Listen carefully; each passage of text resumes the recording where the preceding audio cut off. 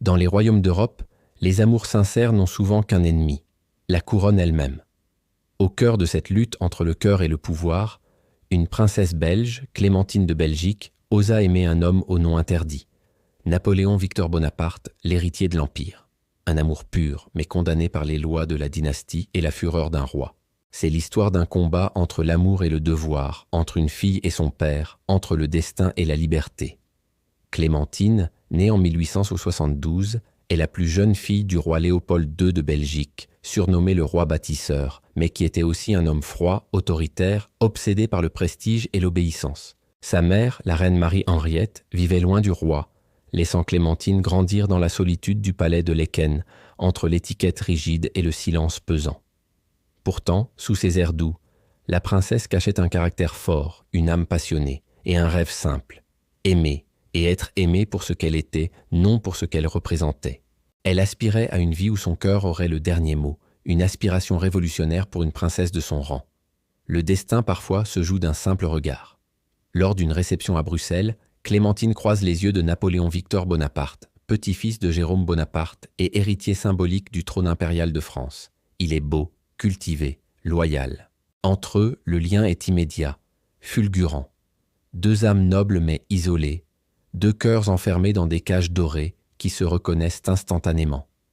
Très vite, leur correspondance secrète devient leur seule respiration, un refuge où ils peuvent enfin être eux-mêmes, loin des devoirs et des attentes. Ils s'aiment en silence dans l'ombre des palais, sous les regards suspicieux des diplomates. Mais cet amour n'est pas seulement romantique, il est dangereux. Pour Léopold II, le nom Bonaparte est une provocation insupportable. Un rappel d'une France impériale dont l'ombre plane encore sur l'Europe. Il refuse catégoriquement cette union. Une princesse belge, pilier de la jeune monarchie, ne peut épouser l'héritier d'un empire déchu. Ce serait, selon ses propres mots, une union indigne de la Belgique moderne. Pour le roi, les affaires d'État et le prestige de sa dynastie priment sur les sentiments de sa propre fille. Il voit cette romance non pas comme une histoire d'amour, mais comme une menace politique, une alliance qui pourrait déstabiliser son royaume. La sentence tombe implacable, cet amour est impossible. Pour Clémentine et Victor, le refus du roi marque le début d'une longue et douloureuse attente. Ils sont jeunes, ils s'aiment, mais entre eux se dresse un mur infranchissable. La volonté d'un père et d'un roi. Leur patience sera-t-elle récompensée, ou leur amour est-il destiné à n'être qu'un chapitre oublié de l'histoire? C'est ce que nous allons découvrir.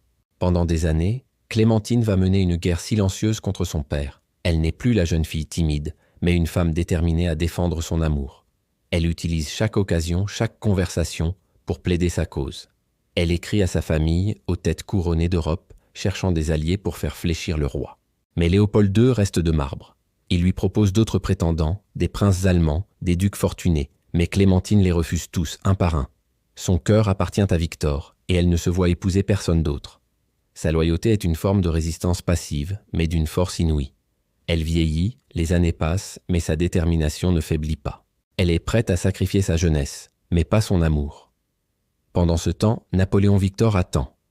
Héritier d'un nom illustre mais sans trône, il vit en exil, observant de loin la lutte de celle qu'il aime. Il sait que sa position politique complique tout.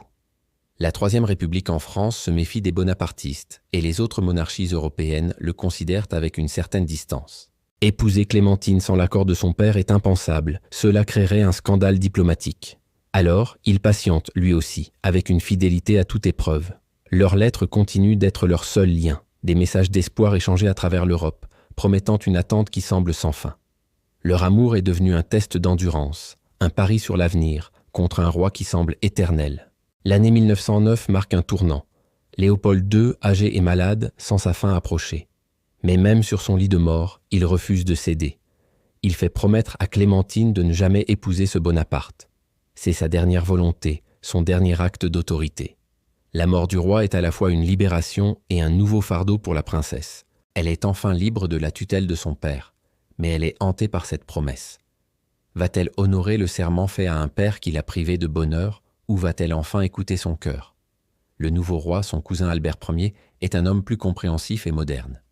Il voit la tristesse de Clémentine et comprend que son bonheur a trop longtemps été sacrifié. Il donne sa bénédiction.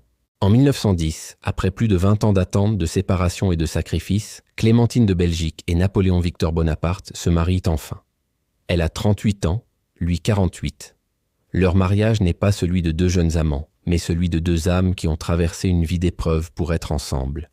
C'est une célébration de la persévérance, une victoire de l'amour sur les conventions et le pouvoir. Ils s'installent à Bruxelles, menant une vie discrète, loin de l'agitation politique. Ils auront 2 enfants, et leur foyer sera un havre de paix et de bonheur, un bonheur qu'ils ont chèrement payé. L'histoire de Clémentine et Victor nous rappelle que même face aux obstacles les plus imposants, la force du cœur peut triompher. Leur amour n'a pas changé le cours de l'histoire, mais il a défié les rois et le temps, prouvant que la plus grande des couronnes est celle que l'on choisit de poser sur le cœur de l'être aimé. Merci d'avoir suivi cette histoire incroyable avec nous. Si vous avez été touché par le courage de Clémentine et la patience de Victor, n'hésitez pas à laisser un j'aime et à partager cette vidéo. Abonnez-vous pour ne manquer aucune de nos prochaines plongées dans les secrets de l'histoire. À très bientôt.